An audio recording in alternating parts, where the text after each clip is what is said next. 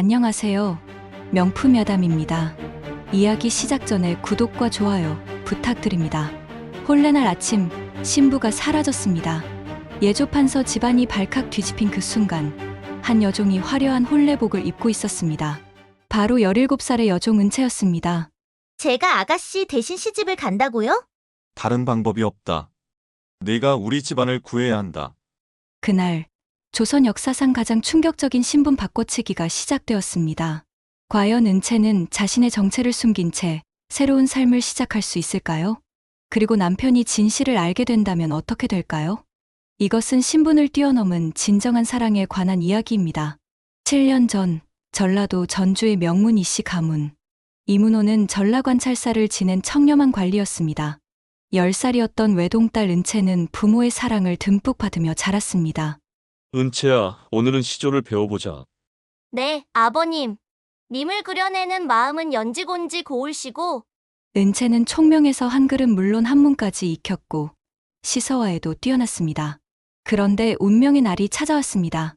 이문호를 즉시 체포하라. 영모 혐의다. 갑작스럽게 관군들이 집을 포위했습니다. 정치적 모함에 빠진 것이었습니다. 이문호는 한양으로 압송되어 며칠 만에 참수당했습니다. 어머님, 아버님은 언제 돌아오세요? 은채의 어머니 박 씨는 남편의 억울한 죽음을 견디지 못하고 병사했습니다. 하루아침에 고아가 된 은채는 노비로 팔려나갔습니다. 한양의 호조판서 정승범 댁의 여종이 된 것입니다. 처음엔 모든 것이 낯설고 두려웠습니다. 양반 교수로 자랐던 손이 갑자기 빨래와 청소를 해야 했으니까요. 하지만 은채는 타고난 성품이 온화했습니다. 원망하지 않고 묵묵히 견뎌냈습니다. 그런 은채의 곁에는 호조판서의 외동딸 화련이 있었습니다. 화련은 18세로 은채보다 한 살 많았지만 성격이 급하고 이기적이었습니다. 키는 작지만 얼굴이 둥글고 귀여운 편이었고 특히 화가 나면 볼이 빨갛게 달아오르는 모습이 어린아이 같았습니다.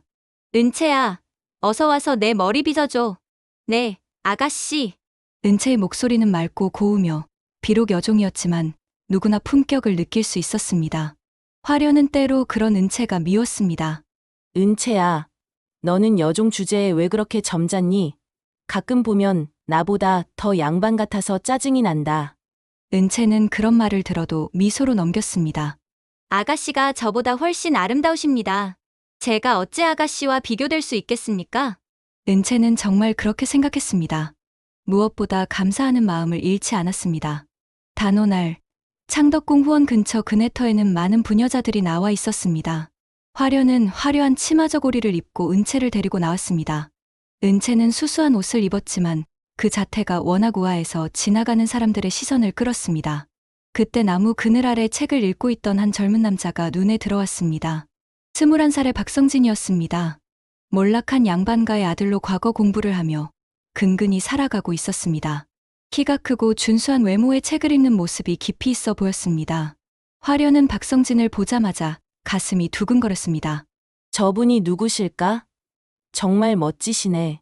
은채야, 저 양반이 누군지 알아봐. 은채는 다른 여종들에게 조심스럽게 물어봤습니다. 저분은 박성진 도령이라고 하네요.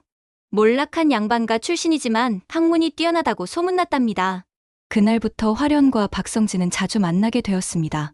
화련은 온갖 핑계를 대며 그네터에 나갔고 박성진도 화련의 아름다움에 반해 매일 그 자리에서 기다렸습니다. 둘 사이에는 뜨거운 사랑이 피어올랐습니다. 하지만 문제가 생겼습니다. 호조판서는 딸의 혼담을 진행하고 있었던 것입니다. 상대는 영의정의 둘째 아들 한상우였습니다. 아버지, 전 그분과 혼인하기 싫어요. 제가 좋아하는 사람이 따로 있어요. 무슨 소리냐? 네가 좋아하고 싫고가 중요한 게 아니다. 이 혼사는 우리 집안의 미래가 걸린 문제다. 화련은 그날 밤 박성진과 만나 속마음을 털어놓았습니다. 도령님, 저는 도령님 아니면 안 돼요. 아버지가 억지로 혼인시키려 하시니 우리 함께 도망가요. 박성진도 화련을 진심으로 사랑했습니다. 좋습니다. 당신과 함께라면 어떤 어려움도 이겨낼 수 있을 것 같습니다. 그런 두 사람을 지켜보던 은채의 마음은 착잡했습니다. 화련이 행복해하는 모습을 보면 기뻤지만 한편으로는 걱정이 되었습니다. 호조판서의 성격을 아는 은채는 이 일이 좋지 않게 끝날 것 같은 불안감을 떨칠 수 없었습니다. 드디어 혼인날이 정해졌습니다. 음력 8월 보름을 며칠 앞둔 날이었습니다. 영의정댁에서는 성대한 혼례를 준비했고 호조판서댁에서도 바쁘게 혼수를 준비했습니다. 하지만 화련의 마음은 이미 정해져 있었습니다. 혼인 전날 밤 그녀는 은채를 불러 편지 한 통을 건넸습니다. 은채야, 이 편지를 내일 아침에 어머니께 드려라. 그리고 미안하다. 편지에는 박성진과 함께 도망간다는 내용이 적혀 있었습니다. 아가씨, 다시 한번 생각해보세요. 은채야, 넌 모를 거야. 사랑이 뭔지 말이야. 나는 성진 도령 아니면 살 수 없어. 그날 밤 화련은 몰래 집을 빠져나갔습니다. 대문 근처에서 기다리고 있던 박성진과 손을 잡고 어둠 속으로 사라졌습니다. 이튿날 아침 은채가 편지를 건네자 호조판서 부인은 기절할 뻔했습니다. 이게 무슨 일이냐? 혼인날에 신부가 도망쳤다니. 호조판서 역시 하늘이 무너지는 기분이었습니다. 이미 영의정댁에는 혼례 준비가 모두 끝난 상태였습니다. 만약 이 혼사가 무산되면 두 집안의 체면이 말이 아니었습니다. 더욱이 영의정의 권세를 생각하면 자신의 관직까지 위험할 수 있었습니다. 여보, 어떻게 하면 좋을까요? 영의정댁에서 곧 가마가 올 텐데. 그때 호조판서의 눈에 은채가 들어왔습니다. 화련과 비슷한 키에 더 뛰어난 미모를 가진 은채를 보며 한 가지 생각이 떠올랐습니다. 그렇지. 은채를 화련으로 대신 시집 보내자. 여보, 그게 무슨 말씀이세요? 여종을 어떻게... 지금 상황에서는 이 방법밖에 없어. 은채는 화련이보다 더 예쁘고 품격도 있잖아. 게다가 한문도 알고 예의 범절도 화련이보다 낫고. 혼례복을 입고 얼굴을 가리면 누가 알겠어? 은채는 이 말을 듣고 온몸이 떨렸습니다. 대감마님, 저는 여종입니다. 어떻게 감히... 은채야, 이건 명령이다. 네가 아니면 우리 집안이 망하게 된다. 네가 우리 집안을 구해야 해. 호조판서의 간절한 부탁에 은채는 더 이상 거부할 수 없었습니다. 그동안 이 집에서 보살핌을 받았던 은혜를 생각하면 거절할 수 없었습니다. 하지만 마음은 복잡했습니다. 내가 과연 이런 일을 해도 되는 걸까? 만약 들키면 어떻게 될까? 혼례 시간이 되었습니다. 은채는 화려한 혼례복을 입고 족도리를 썼습니다. 거울 속 자신이 낯설어 보였습니다. 어머니, 아버지, 딸이 거짓 혼인을 하게 되었어요. 용서해 주세요. 은채는 마음속으로 돌아가신 부모님께 빌었습니다. 가마를 타고 영의정댁으로 향하는 동안 은채의 마음은 천갈래 만갈래로 찢어지는 것 같았습니다. 영의정댁은 호조판서댁보다 훨씬 크고 웅장했습니다. 대문부터 사랑채, 안채, 별당까지 모든 것이 화려하고 품격 있었습니다. 신랑 한상우는 24살의 젊은 나이에 이미 장원급제를 한 수제였습니다. 키가 훤칠하고 용모가 준수했으며 특히 눈빛이 깊고 카리스마가 있었습니다. 하지만 그의 표정은 시종일관 차갑고 무뚝뚝했습니다. 한상우는 이번 혼인을 달가워하지 않았습니다. 화련이 말괄량이라는 소문을 들었던 터라 처음부터 마음을 닫고 있었습니다. 하필 왜 이런 혼인을 해야 하나? 아버지의 뜻이라지만 참으로 괴롭구나.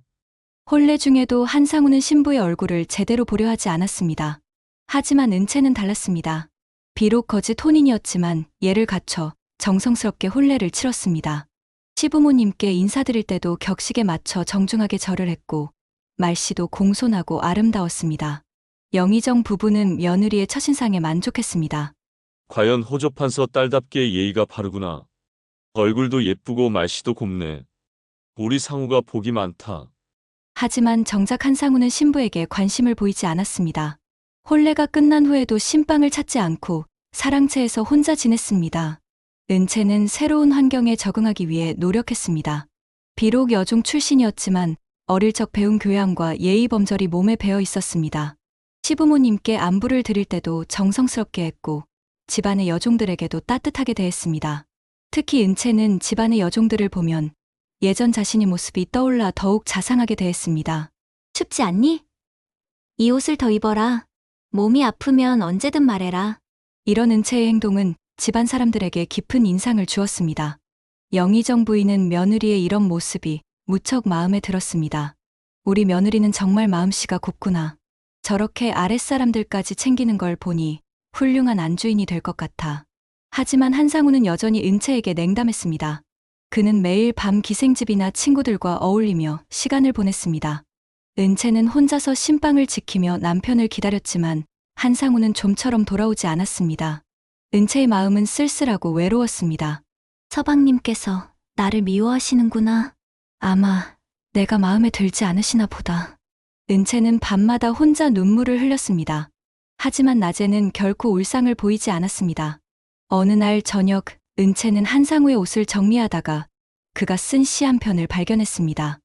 외로운 달밤에 혼자 앉아 그리워하는 사람 생각하니 어찌하여 이 마음 누구에게 전할까? 은채는 그 시를 읽으며 한상우의 마음을 이해할 수 있었습니다.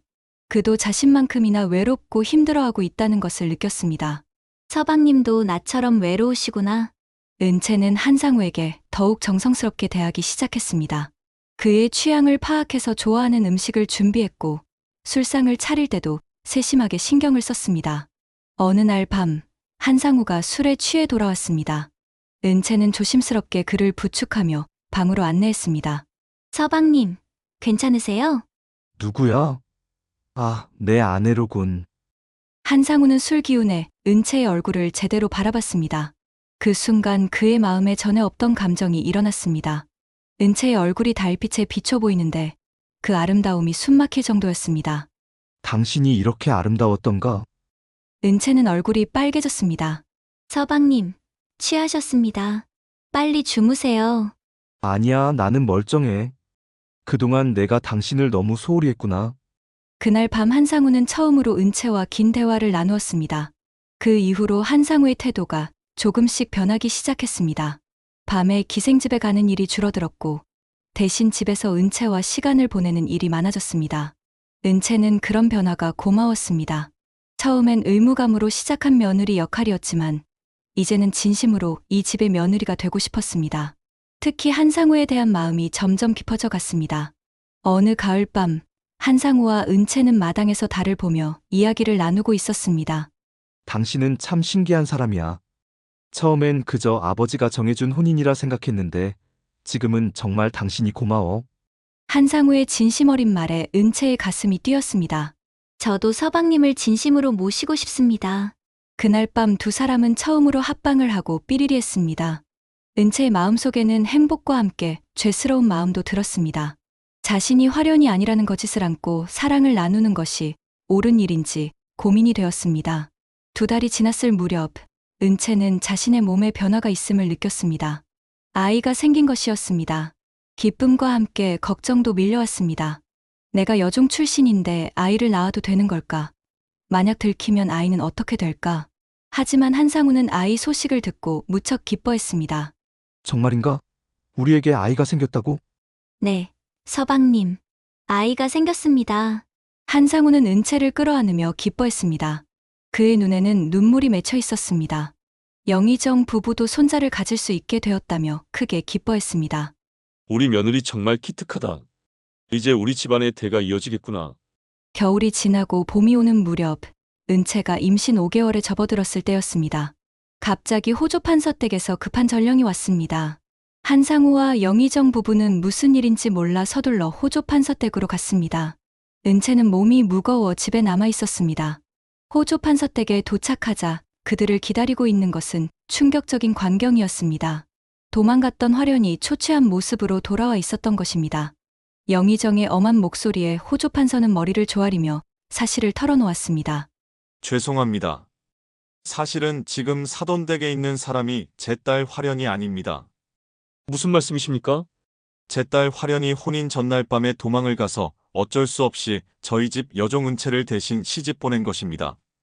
영희정 부부와 한상우는 귀를 의심했습니다.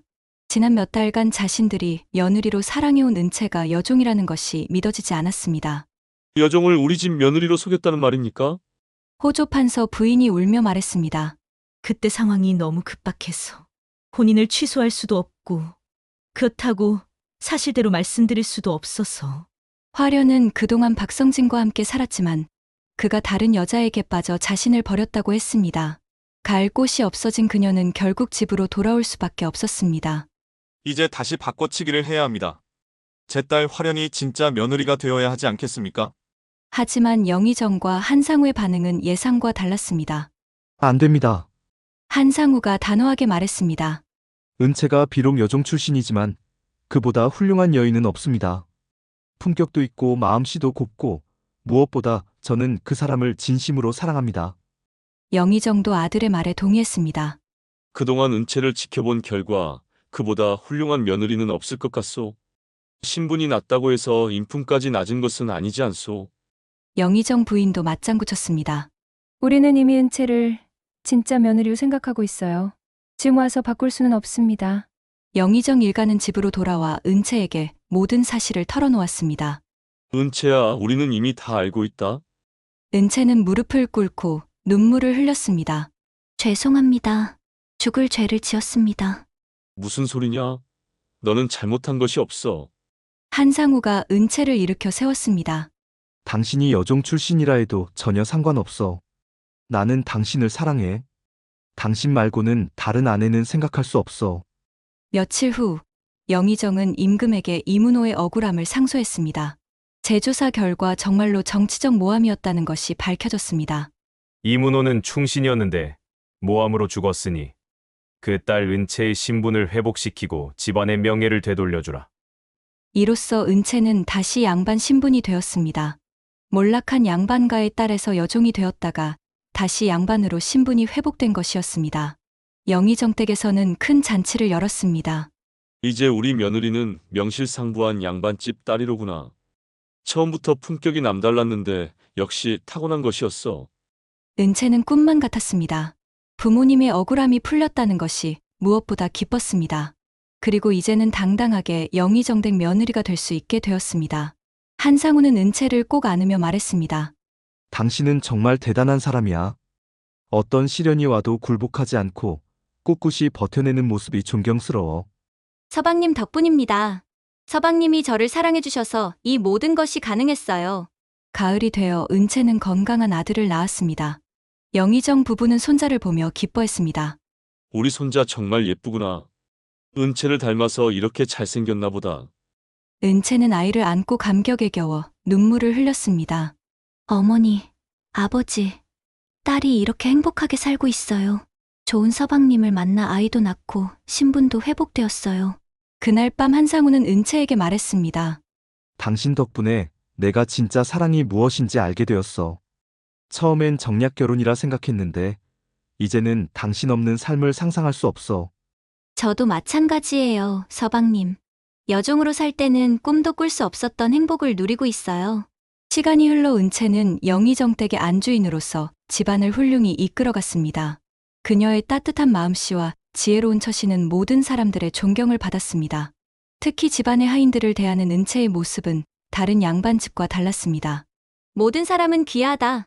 신분이 높고 낮음이 있을지언정 사람으로서의 존중은 똑같이 받아야 해. 은채의 이런 생각은 집안 전체를 화목하게 만들었습니다. 몇 년 후 은채는 딸도 하나 더 낳았습니다.